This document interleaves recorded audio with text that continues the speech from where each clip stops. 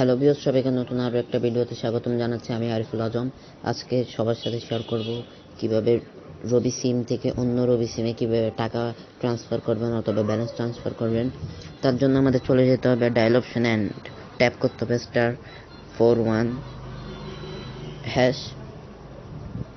তো 41# দেওয়ার পরে আমাদের সামনে এরকম একটা ইন্টারফেস আসবে। নেক্সট আমরা প্লাস বাটনে ট্যাপ করব।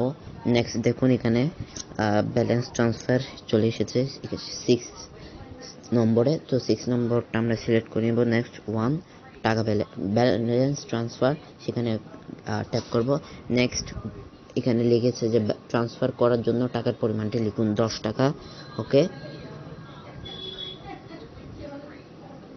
অলরাইট। তো দেখুন এখানে লিখেছে প্রাপকের রবি নম্বরটি লিখুন। তো 018 আমি আমার নম্বরটি লিখছি। অলরাইট, আমি আমার নাম্বারটা লিখে নিই। তো দেখুন আমি সেন্ড বাটনে ট্যাপ করার পর আমার কাছে একটা এসএমএস এসেছে। আপনার অনুরোধটি গ্রহণ করা হয়েছে। কিছুক্ষণের মধ্যে একটা এসএমএস দিয়েছে দেখুন। ওকে, ভিডিওটা ভালো লাগলে অবশ্যই একটা লাইক দিবেন। Thanks for watching.